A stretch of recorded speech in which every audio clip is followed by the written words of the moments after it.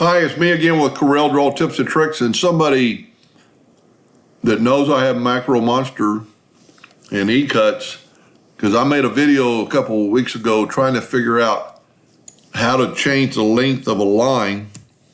So we're just going to put the 0, and this line is 30 inches long.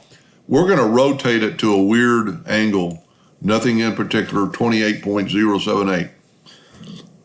But if you wanted that angle line to 40 inches without moving, and especially if you didn't have a way to put it back to 0, inside of E-Cuts, there's a reference scale, and we can change it from 30 inches to whatever inch you want. I'm picking 40 and hit apply. Now it did move it, so I don't know if that's going to be a problem. Then you rotate it back to 0, and now you can see that line is 40 inches long. So you can change the length of that line. Anyway, I hope that helped a little bit, and thank you for watching.